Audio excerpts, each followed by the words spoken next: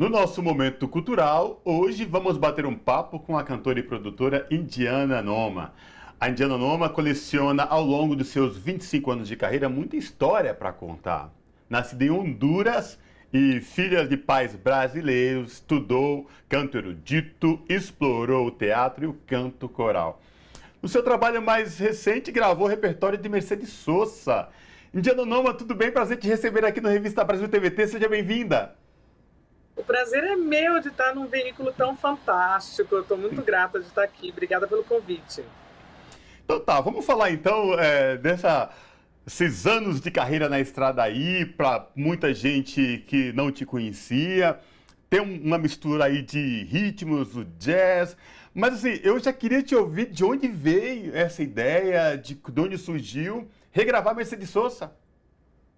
A história é longa, eu vou tentar resumir isso em 2 minutos no áudio acelerado, tá? Assim. Vamos lá. Eu sou filha de brasileiros, né? Eu sou filha de baiano com gaúcha, que foram exilados durante o período do golpe militar aqui no Brasil para a América Latina, né? E eles acabaram se fixando mais na América Central.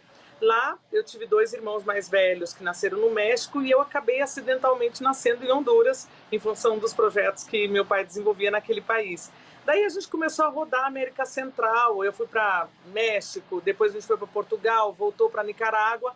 E na Nicarágua, eu com 4 anos de idade, eu chego no final da Revolução Sandinista, em 1979. Na verdade, quase 4 anos. E aí, naquele momento, em 1980, o governo propôs como o país estava destruído, a Nicarágua estava...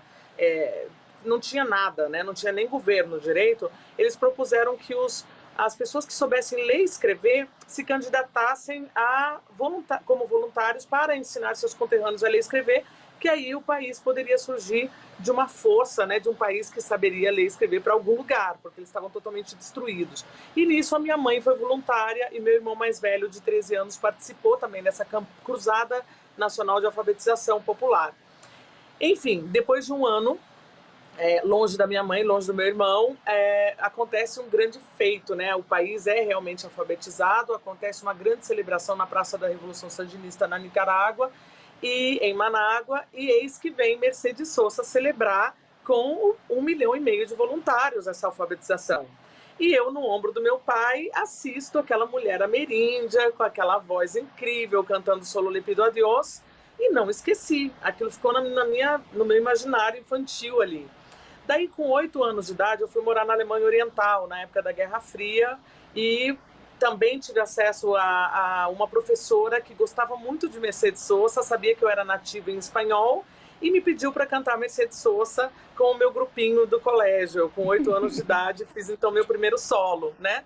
E aí, anos se passam, aí eu viro cantora de música erudita, canto no Carnegie Hall, canto no Monte de Coral, aí resolvo ser de uma banda de discoteca dos anos 70, vou fazer bagunça de baile, cantar música baiana, sertanejo, eu fui fazer de tudo aqui já no Brasil, para conhecer um pouco mais essa riqueza brasileira toda, né, entre outras coisas, viro cantora de jazz, e aí no meio desse processo minha mãe está falecendo de câncer, e ela que tinha me apresentado todo o cancioneiro da Mercedes Sosa ao longo da vida, e eu resolvi montar o show em homenagem à minha mãe para que ela tivesse força para lutar contra o câncer. Só que 3 dias antes da estreia do show, minha mãe faleceu. Aí surgiu uma promessa para eu cantar esse repertório para o resto da vida, para quem luta contra o câncer, para quem tem essa força da América Latina dentro de si, e daí eu venho fazendo o tributo há 23 anos, até que no ano passado eu recebi a chancela oficial da família, de que eu sou a chancela oficial, né? Ou seja, eu tenho o tributo oficial Mercedes Sosa, sou eu que executo, é a primeira vez que eles chancelam alguém assim, e agora, no mês de outubro, eu recebi uma condecoração do governo argentino como amiga da Argentina por apresentar esse tributo oficial à Mercedes Sosa. Então essa é a história da Mercedes. Uau! Olha, Indiana, e de fato, eu escutei o álbum inteiro assim, numa toada só. E que o álbum que eu vou dizer aqui, que chama A Voz do Sem Voz, que é uma parceria da Indiana Noma com o André Pinto Siqueira, né, que é toco violão contigo nas composições, e essa emoção toda, com certeza a gente consegue perceber no álbum, ele é realmente emocionante, tem ali os grandes clássicos da Mercedes Sosa, mas tem algumas outras músicas não tão conhecidas, e é uma grande felicidade ver todo esse repertório ganhando espaço. Mas queria aproveitar e te perguntar sobre essa sua carreira no jazz.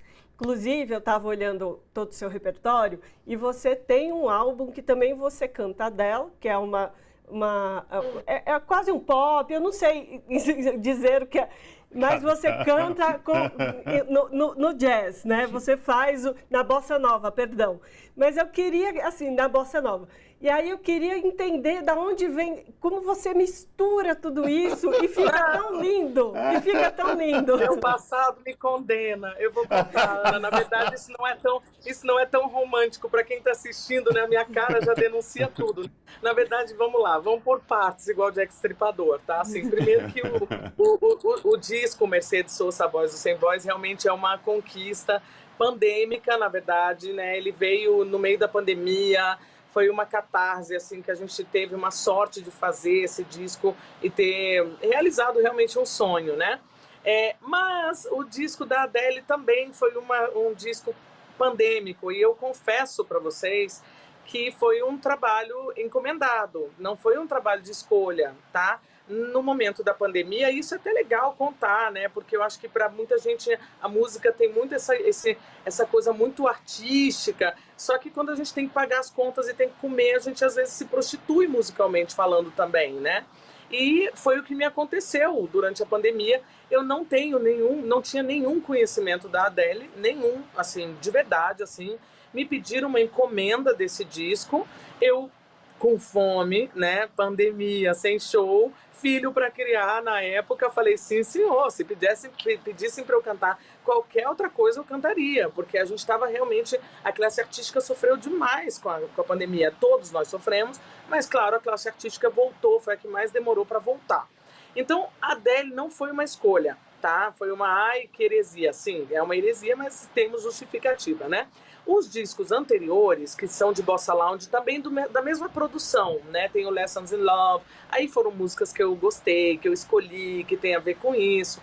Tem o disco anterior, que é um grande, para mim é meu grande disco de jazz, que é o Unexpected, em parceria com o pianista Osmar Milito, que eu amo de paixão, que foi uma conquista dos 12 anos que eu morei no Rio de Janeiro, que me lançou em carreira internacional também. Esse disco me lançou em carreira internacional. E o primeiro, que é o disco... Não, tem no meio do caminho, tem outro disco pandêmico, que é o Indiana e Tico, que é um disco de composições autorais, onde eu entro como compositora com 4 canções, mas não me peçam para compor mais nada, eu esgotei tudo ali na pandemia. E o primeiro disco, que é de compositores que eu amo, independentes, que é o primeiro da minha carreira. Então, assim, confesso que tem uma timeline aí de muita mistura, Ana, respondendo sua pergunta, porque por ser muito multifacetada, tendo morado em vários países, tendo uma riqueza musical muito grande dentro de casa, culturalmente muito estimulada, eu não sabia quem eu era. Sabe aquela pessoa terapeutizada? Sou eu hoje em dia, eu não sabia quem eu era. E você se entender através da música é um caminho, né? Então, hoje em dia eu reconheço que no auge dos meus 47 anos de idade, 30 anos de carreira, eu posso dizer, legal, eu consegui trilhar, experimentar de tudo um pouco, e hoje em dia eu me reconheço como jazzista e cantora de música latino-americana. Mas a Adele, com certeza, não faz parte do meu amor. Diana, desculpa, Ana, rapidinho para a gente terminar, você estava falando de tudo isso, da pandemia, e não só você viu, acho que a gente viu o quanto essa pandemia foi perversa para muitos artistas independentes que não têm patrocínio efetivamente, o quanto eles tiveram que se reinventar e, como você bem falou, tem que se alimentar, tem que pagar contas, como é que faz? Mas pra gente, antes da gente finalizar, queria te ouvir, e a agenda de shows, espetáculos, fala pra gente, dá um spoiler aí, tem, não tem? Tem. Agora, final de ano, já começa a festa de Natal, já viu, né? Mas esse mês eu tenho ainda...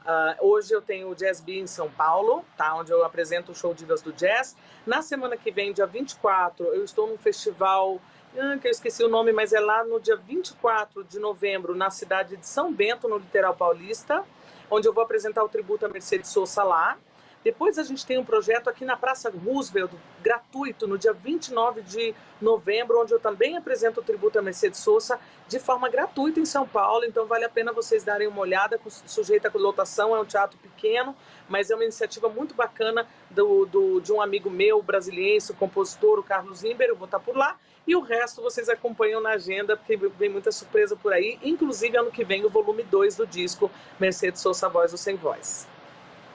Então, eu estou olhando aqui a sua agenda, Indiana, aproveitando que está disponível nas redes sociais da Indiana, né? Se quiser passar também esse serviço, aproveita. Sim, as redes sociais... Bom, Indiana, como fala, como se fosse Indiana Jones, só que em vez de ser Indiana Jones, é Indiana Noma, de nômade. E aí coloca 2 M's que dá tudo certo. Indiana Noma, em qualquer lugar no Google vocês me acham. Obrigada. Tá certo. Tá certo, então. Então, essa foi a nossa conversa com a cantora e produtora Indiana Noma, que tem agenda aqui por São Paulo. Então, quem quiser buscar mais informações e poder escutá-la sobre tudo isso que a gente conversou aqui hoje, vai lá nas redes sociais dela e procura todos os dados. Diana, muitíssimo obrigada pela sua participação conosco e por esse trabalho lindo que você desenvolve e a arte tem que ser cada vez mais valorizada para a gente ter esse lugar também da alma ser alimentado, né? Sim, por favor, obrigada por me receberem, parabéns pela iniciativa, essa televisão fantástica e que seja tenha vida próspera, tá? Até. Abraço. Abraço.